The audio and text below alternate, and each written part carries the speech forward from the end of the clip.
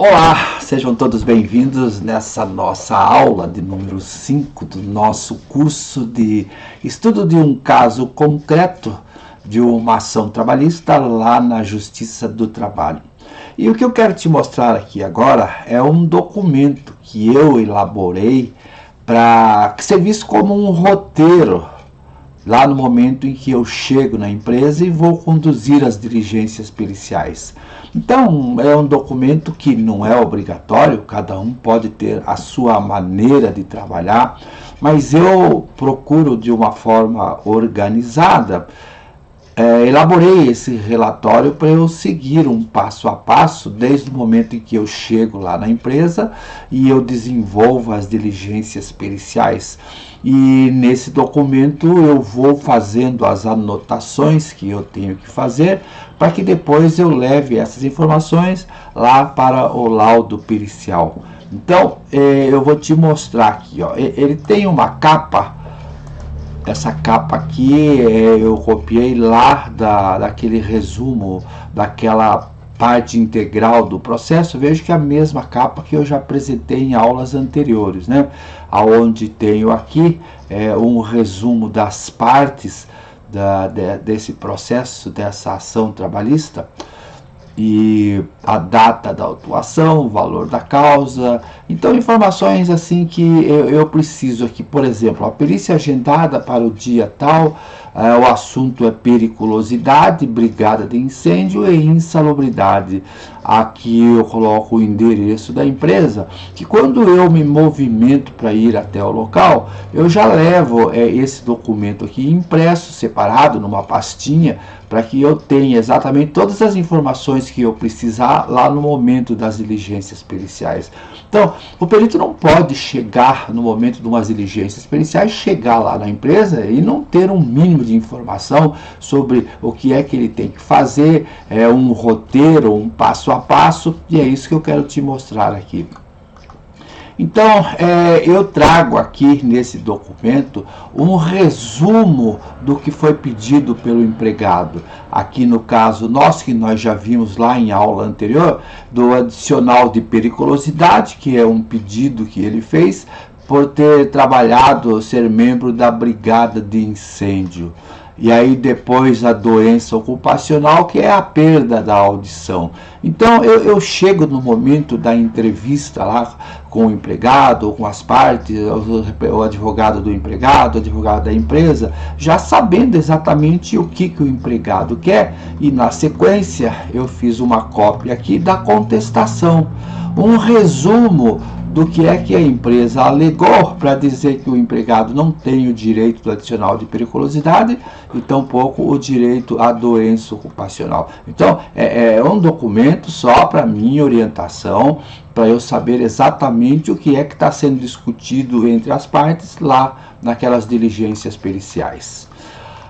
Na sequência aqui, eu fiz uma lista de presença, né, onde eu trago aqui o nome do reclamante, o representante lá da empresa, se tem preposto, se tem advogado, se tem assistente técnico, e cada um deles vai assinar aqui, ó. O reclamante assina aqui, o advogado do reclamante, aí eu tenho que preencher lá na hora, eu preencho aqui o nome do advogado, se tem o assistente técnico, e eles assinam. Da mesma forma pela empresa, né? O nome do preposto da empresa, do advogado, e se tem o assistente técnico. Feito isso, colhidas as assinaturas, eu tenho aqui um documento onde eu vou fazer as primeiras anotações em relação ao empregado, né? Declaração das atividades, eu faço um resumo, se houve controvérsia, se houve alguma alteração no ambiente de trabalho. Então são questionamentos que eu venho trazendo nas diligências para, como eu já disse, depois ao final levar essas informações lá para o laudo pericial. Se o reclamante exerceu atividades em outros setores, se recebeu algum treinamento, e aí então eu vou colhendo essas informações. Em relação aos EPIs, fornecidos. Lembre-se que lá na petição inicial, na contestação da empresa, que nós vimos lá na primeira aula, a empresa traz ali como prova a ficha de entrega dos EPIs. Então aqui eu só vou confirmando, peço para que me tragam até a reunião os EPIs que são fornecidos, e eu faço uma descrição, a marca e o CA, porque essas informações serão muito úteis lá no momento da elaboração do laudo pericial, depois de realizar as dosimetrias de ruído, de calor, as avaliações qualitativas ou quantitativas. Eu tenho que verificar, o perito tem que verificar se esses EPIs estão adequados, se são os mesmos que foram fornecidos, se o CA está em dia, enfim, todas as informações dos EPIs. Aí na sequência, caso você vá ouvir o que muitos peritos chamam de paradigma, né? Você tem que identificar o nome, a função e o setor, fazer perguntas básicas como essa: conhece, trabalhou à época com o reclamante, houve alteração no ambiente de trabalho, o reclamante exercia atividades de manutenção elétrica, havia contato de reclamante. Então, essas perguntas aqui, cada um de nós, cada perito pode criar, até levar pronta já as perguntas, como eu estou te mostrando aqui, ou então, no momento lá, que se vem na cabeça alguma outra pergunta. Então, dessa forma, eu tenho aqui comigo todas as informações básicas que eu preciso para levar para o meu laudo pericial.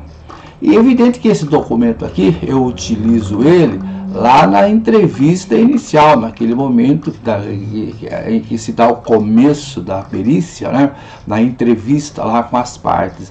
Aí depois o perito deve se encaminhar para o local de trabalho para fazer a perícia propriamente dita, para fazer a investigação no ambiente de trabalho, para fazer as avaliações qualitativas ou quantitativas. Nesse caso aqui, em relação à periculosidade, é uma avaliação qualitativa, que depois eu vou te mostrar no laudo. Em relação à audição, à exposição, à perda de audição, eu fui até o local de trabalho e fiz a avaliação do ruído, mas já disse em aula anterior, e vou te mostrar lá no laudo, de que o objetivo não é aqui verificar se existe ou não adicional de insalubridade por exposição ao ruído.